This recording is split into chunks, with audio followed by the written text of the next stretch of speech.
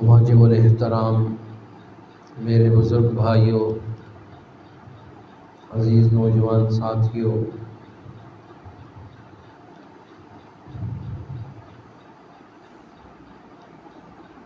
دین اسلام کے 5 ارکان، ان میں سے ایک رکن حج بھی ہے۔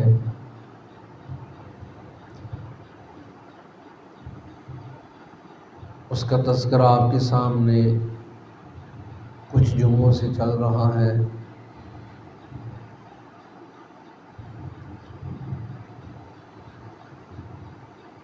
حج یہ ایک ایسا عمل ہے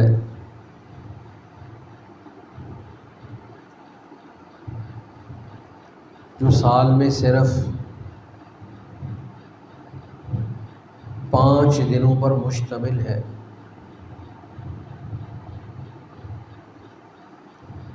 اس کے ماں سوا کوئی آدمی یہ کہے کہ میں حج کر لوں تو حج نہیں ہوگا۔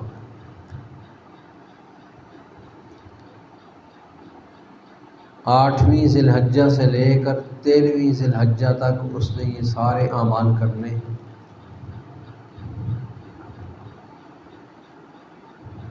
اور جو آدمی وہ یہ سوچے اور یہ کہے کہ میں رمضان میں حج کر لوں، بڑا بابرکت مہینہ ہے، میں عید الفطر کو یہ کام کر لوں، رسول اللہ ربیع الاول میں آئے ہیں تو میں ربیع الاول میں حج کر لوں، بڑا بابرکت دن ہے۔ فرمایا یہ جو 5 دن ہیں یہ ایام حج ہے۔ اپنی مرضی سے شریعت پہ عمل کرنا، اپنی خواہش پر دین کے مطابق زندگی گزارنا، اپنے ذہن اور اپنے قلب کے مطابق دینی امور کو سر انجام دینا، یہ کوئی عمل نہیں، یہ کوئی شریعت نہیں۔ شریعت کہتے ہی اس کو ہیں جو اللہ نے حکم دیا، رسول اللہ نے کر کے دکھا دیا، یہ دین ہے، یہ شریعت ہے۔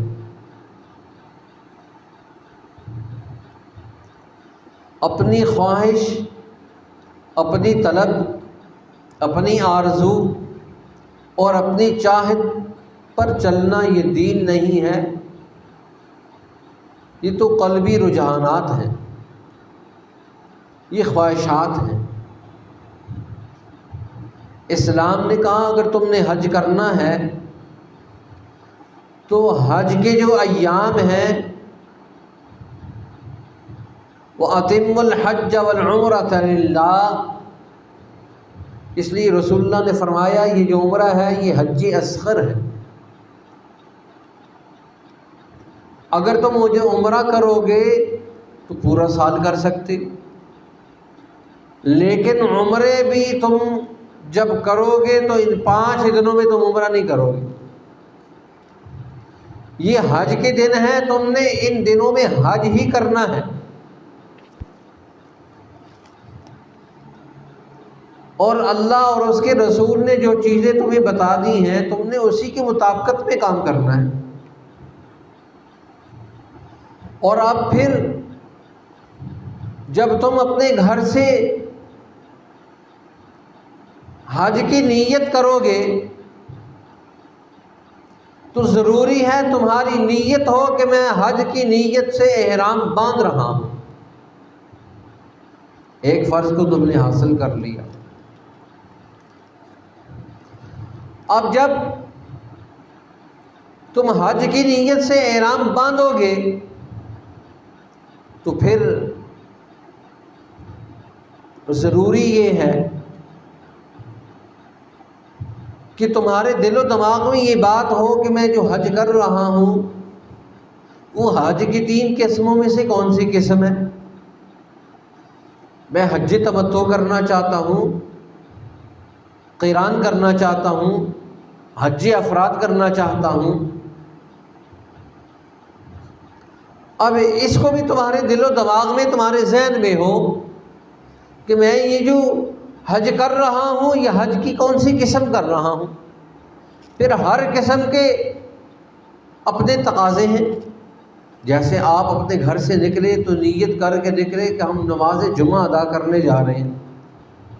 کوئی آدمی اگر یہ کہنے میں نماز ظہر ادا کروں گا تو نہیں ہوگی. جمعے کی نیت سے نکلا ہے تو جمعے کی نیت کر کے جمعہ ہی ادا ہوگا. عصر کی نیت سے نکلا ہے تو عصر ہی ادا ہوگی. اب نیت حج میں بڑا اہم کردار ادا کرتی ہے. اس لیے حکم یہ دیا جب تم احرام باندھ لو تو پھر تمہارے دل و دماغ میں صرف یہ ہو کہ ہم نے اپنے رب اور اپنے رسول اللہ کی ہر چاہت کو پورا کرنا ہے. شرعی اصول تمہارے اوپر غالب ہوں، تمہارے دل و دماغ میں وہی چیزیں ہوں، اپنی خواہش نہ ہو. اسی لیے تو جب یہ حکم دیا اتم الحج والعمرۃ للہ، حج اور عمرہ کرو، اس کو مکمل کرو، آگے یہ شرط لگا دی للہ، اللہ کے لیے کرنا ہے، خواہش کے لیے نہیں کرنا. کہیں بال کے برابر خواہش پیدا ہو گئی تمہارا حج پھر دین نہیں رہا، دنیا بن جائے گا. ایک آدمی اب حج کرنے نکلا، اب ذہن میں اگر تکبر آ گیا، غرور آ گیا، فسق اور فجور آ گئے، حج ختم ہو جائے گا.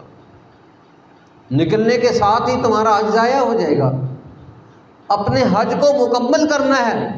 اتم الحج والعمرۃ للہ، تم نے اپنے حجوں کو، اپنے عمروں کو مکمل کرنا ہے للہ، اللہ کے لیے، اللہ کی رضا کے لیے، اللہ کی خوشنودی کے لیے.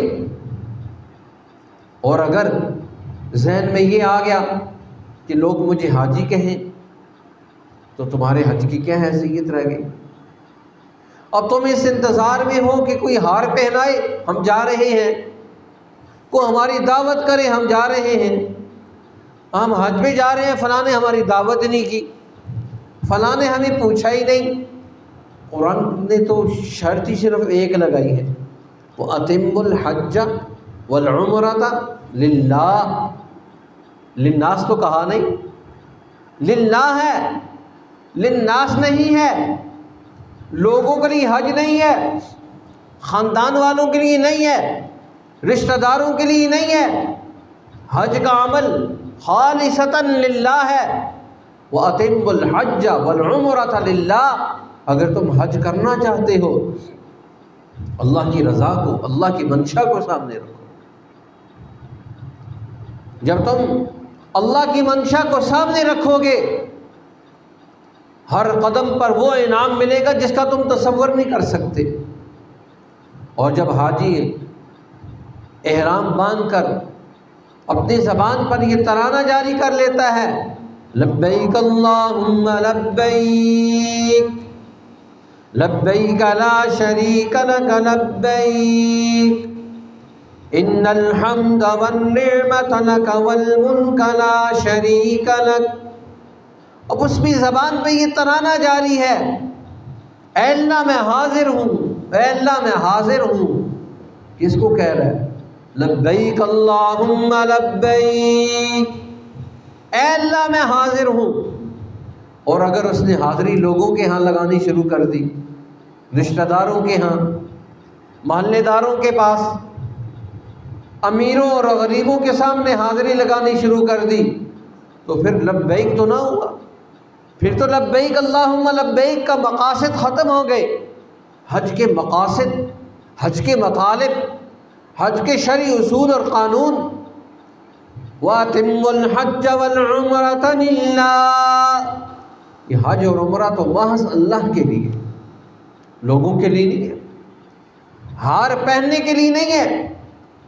اگر ہار نکال کر پہن رہا ہے کہ لوگ دیکھیں کہ حاجی ممتاز ہو گیا، خود ہی ہار نکال کر پہننا شروع کر دیا، تو جس کے لیے تو کام کر رہا ہے 12-15 لاکھ جس کے لیے لگا رہا ہے، اس کی خوشنودی کو حاصل کیوں کر.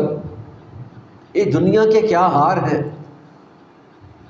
اللہ تجھے جیتا ہوا دیکھنا چاہتا ہے، تو ہارتا ہوا اپنے آپ کو سمجھتا ہے، دیکھنا چاہتا ہے، دکھانا چاہتا ہے۔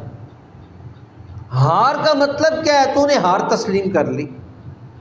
اللہ تجھے جیتا ہوا دیکھنا چاہتا ہے، تجھے مغفور دیکھنا چاہتا ہے۔ اسی لیے تو حدیث میں فرمایا الحج المبرور لیس له جزاء الا الجنہ۔ حج مبرور ایک ایسا حج ہے جب وہ مقبول ہو جاتا ہے، ماں سوا جنت کی کوئی اور بدلہ ہی نہیں۔ آدمی یہاں ہار تسلیم کر لے ہار پہن کے، اور پھر سب سے برا ایسا عمل کہ وہ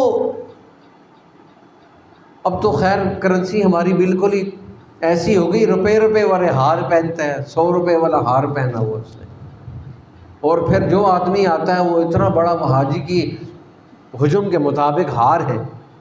اللہ کہتا میں نے اس کو ہارنا نہیں ہے، یہ تو جیتا ہوا ہے، میرے راستے کا طالب ہے، یہ میرا عاشق ہے، یہ عاشق خداوندی کی بستیوں میں چلنے والا یہ فرد، جہاں آدم سے لے کر محمد الرسول اللہ صلی اللہ علیہ وسلم تک انبیاء کے قدم رکھے ہیں، صحابہ کے قدم رکھے ہیں، یہ اس بستی پہ جا رہا ہے، وہاں ان کے قدموں پر اس کے قدم آئیں گے، ان مقامات پر یہ بیٹھے گا جہاں انبیاء بیٹھے، جہاں صلحاء بیٹھے، جہاں شہداء بیٹھے، جہاں صدیق بیٹھے، جہاں حبیب اور نقیب بیٹھے، جہاں ولی بیٹھے، جہاں اللہ کے دوست بیٹھے، اللہ کے محبوب بیٹھے، جن نظروں سے انہوں نے وہاں دیکھا، یہ وہاں جا کر دیکھے گا، یہ مطاف کو دیکھے گا، یہ ملتزم پہ جائے گا، یہ صفا مروہ کے چکر لگائے گا، جہاں ولیوں کے قدم لگے، جہاں غوث اور قطب اور ابدال وہاں جانا اپنے لیے باعث سعادت اور فخر محسوس کرتے تھے، یہ وہاں جا رہا ہے، وہ یہ ہار پہن کے جائے گا، یہ اپنے آپ کو شکست خوردہ سمجھ کے جائے گا، یہ تو جیتا ہوا ہے، یہ تو اللہ کی نگاہ میں محبوب ہے۔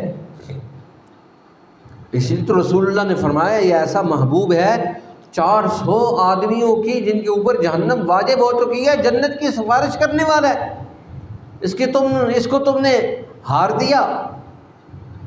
اور پھر فرمایا اب یہ حج کے لیے جا رہا ہے، حج جیسا عظیم الشان عمل کرنے کے لیے جا رہا ہے۔ جب اس نے احرام باندھا، اب احرام کے تقاضے شروع ہو گئے۔ اب احرام کے تقاضوں میں سے پہلا تقاضا یہ ہے،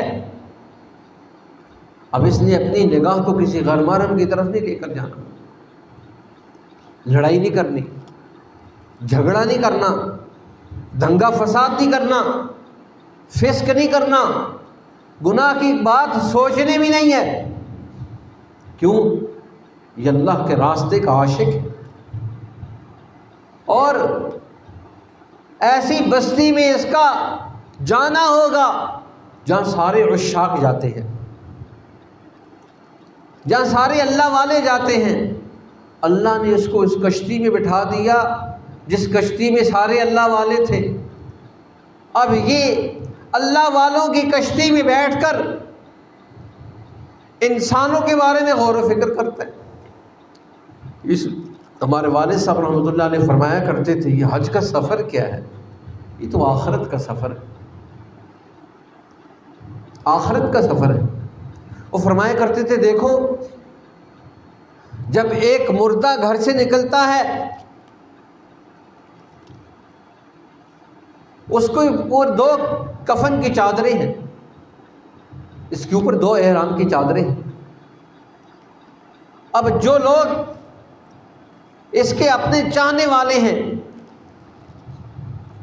اس مردے کو اٹھاتے ہیں اور اس کو اٹھا کر جنازہ گاہ تک لے کر جاتے ہیں۔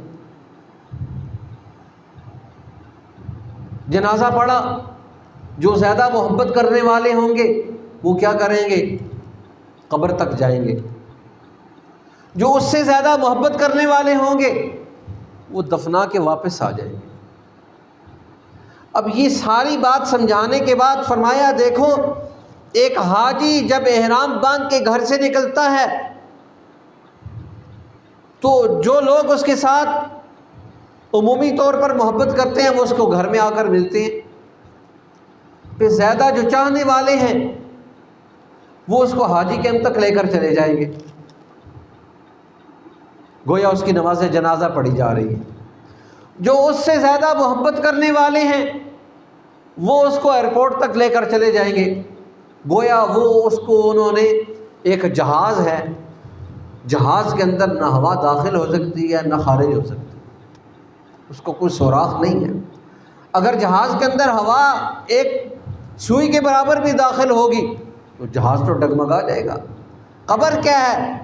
باہر کی چیز اندر نہیں آ سکتی، اندر کی چیز باہر نہیں جا سکتی۔ جہاز کیا ہے؟ یہ قبر ہے۔ آپ نے اپنے حاجی کو قبر کے اندر بھیج دیا، اب اس کے اپنے اعمال ہیں اسی کو کام آئیں گے۔ پھر آگے جائے گا، فرمایا میدان عرفات، فرمایا میدان عرفات کیا ہے؟ یہی تو قیامت کے دن میدان محشر ہوگا۔ میدان عرفات ہی در حقیقت میدان محشر ہوگا۔ وہ ایک حاجی دو کپڑوں میں، بال بکھرے ہوئے، ناخن بڑے ہوئے، لبیں بڑی ہوئی اور پراگندہ حال، پراگندہ بال، میدان محشر کے اس مقام پہ پہلے پہنچ گیا اور اعلان کر رہا ہے لبیک اللہم لبیک لبیک لا شریک لک لبیک، اے اللہ میں حاضر ہوں، اے اللہ تیرا کوئی شریک نہیں، تیرا کوئی ساجی نہیں، لبیک اللہم لبیک لبیک لا شریک لک لبیک ان الحمد، ساری تعریفیں ہی تیرے لیے، ان الحمد والنعمت، ساری نعمتوں کا مالک بھی تو ہے، لک والملک، سارا ملک بھی تیرا ہے، بادشاہ بھی تو ہے، لا شریک لک، تیرا کوئی شریک ہی نہیں، تیرے ساتھ کا کوئی ہے ہی نہیں۔ اب یہ میدان محشر، میدان عرفات پہ پہنچ چکا تو در حقیقت اس کا حج مکمل ہو گیا۔ اب یہ پورا نقشہ گویا ایک آدمی گھر سے نکلتا ہے دو چادروں میں، اب اس کے دل و دماغ میں آخرت کا سفر ہو، میں اللہ کے حضور جا رہا ہوں، میں میدان محشر میں حاضری دوں گا، میں اللہ کے حضور وہاں گڑ گڑاؤں گا۔ اب اس کے دل و دماغ میں ایک ترانہ موجود ہے، اب یہ کہہ رہا ہے، اس لیے تو فرمایا جب احرام باندھ لو پھر ذہن میں رکھنا تم نے ناخن نہیں کاٹنے، پھر تم نے بال نہیں کاٹنے، پھر تم نے خوشبو نہیں لگانی، پھر تم نے غسل نہیں کرنا، جیسے اٹے پٹے ہو ویسے ہی جاؤ، جیسے پراگندہ بال، پراگندہ حال، برا حال، اسی حال میں جاؤ۔ اللہ کو یہ حال بڑا پسند ہے۔ ویسے تو آدمی کہتا ہے کہ میں کسی کے پاس جاؤں تو خوشبو لگاؤں، نئے کپڑے پہنوں، بادشاہوں کے بادشاہ کے پاس جا رہا ہے، پھر وہاں یہ کیوں نہیں ہے؟ یہ کیوں کہا؟ انسان کو ایک سبق سمجھایا، انسان کو ایک خوبصورت بات سمجھائی کہ اللہ کے ہاں چیزوں کی حیثیت نہیں، اللہ کے ہاں قلب کی کیفیت کی حیثیت ہے۔ قلب کے اندر کیا ہے، دل میں کیا ہے۔ آج ہم اپنے آپ کو سمجھتے ہیں ہم خوبصورت کپڑے پہن لیں گے، خوبصورت جوتا پہن لیں گے، جبہ اور قبہ پہن لیں گے، ہمارے پاس اچھی گاڑی، اچھا گھر ہوگا، ہم کامیاب ہوں گے۔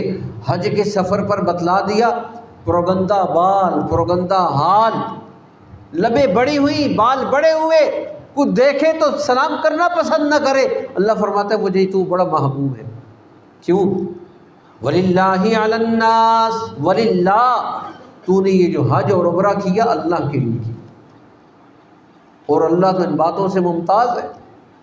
وہ کہاں دیکھتا ہے گاڑی کیسی ہے، وہ کہاں دیکھتا ہے حج کس کے پاس جہاز پر آیا ہے، وہ تو یہ دیکھتا ہے یہ کس کیفیت میں آیا ہے، اس کی قلب کی کیفیت کیا ہے، یہ حج اور عمرہ کرنے کے لیے نکلا ہے، کیا مقاصد ہیں۔ اللہ کو مقاصد کا علم ہے، اللہ تو مقاصد بھی ذہن رکھتا ہے، اس کے مقاصد کیا ہیں، مطالب کیا ہیں۔ میرے لیے آیا ہے، یہ للناس لوگوں کے لیے اس نے حج عمرہ کی۔ اگر اللہ کے لیے آیا ہے تو پھر مقبول ہو گیا، اور اگر انسانوں کے لیے گیا ہے تو پھر اس نے اپنے حج کو ضائع کر دیا۔ حج کے مقاصد کو سامنے رکھنا، حج کے مطالب کو سامنے رکھنا، حج میں جو چیزیں ضروری ہیں، جیسے آپ کے سامنے یہ تیسرا جمعہ ہے، آپ کے سامنے گزارشات ہو رہی ہیں، ان چیزوں کو سامنے رکھنا، پھر اللہ سے مانگنا، اللہ سے ذوق و شوق کے ساتھ مانگنا، اللہ مجھے بھی اپنے گھر کا دیدار نصیب فرما۔ ان چیزوں کو میں سیکھ رہا ہوں، آپ یہ سمجھیں ہماری یہ ورکشاپ ہے، ہم نے حج پہ جانا ہے اور ہم یہ چیزیں سیکھ رہے ہیں، یہ ہماری کلاس ہے۔ ہم ان چیزوں کو سیکھ کر سمجھ کر گویا آپ اللہ کے حضور یہ کہ اللہ ہم نے سیکھنے کی تیاری شروع کر دی، راستہ تو کھولنے والا ہے، اسباب تو نے پیدا کرنے ہیں، وسائل تو نے ہمیں دینے ہیں، اللہ ہم نے سیکھنا شروع کر دیا، ہمارے ذمہ یہ تھا، ہم جا رہے ہیں، ہم نے اپنے آپ کو حج کے دنوں میں حج سیکھ رہے ہیں، کہہ رہے ہیں، سن رہے ہیں، سمجھ رہے ہیں، اللہ راستوں کی رکاوٹوں کو دور کرنا تو تیرا کام ہے، وہاں کے اسباب اور وسائل مہیا کرنا تو تیرا کام ہے۔ ہم نے اپنی نیت کو مکمل کر لیا، اپنی نیت کو طے کر لیا۔ اللہ مجھے اور آپ کو سب کو اپنے گھر کا دیدار نصیب فرمائے، حرمین کی حاضری بار بار نصیب فرمائے۔ وآخر دعوانا الحمدللہ۔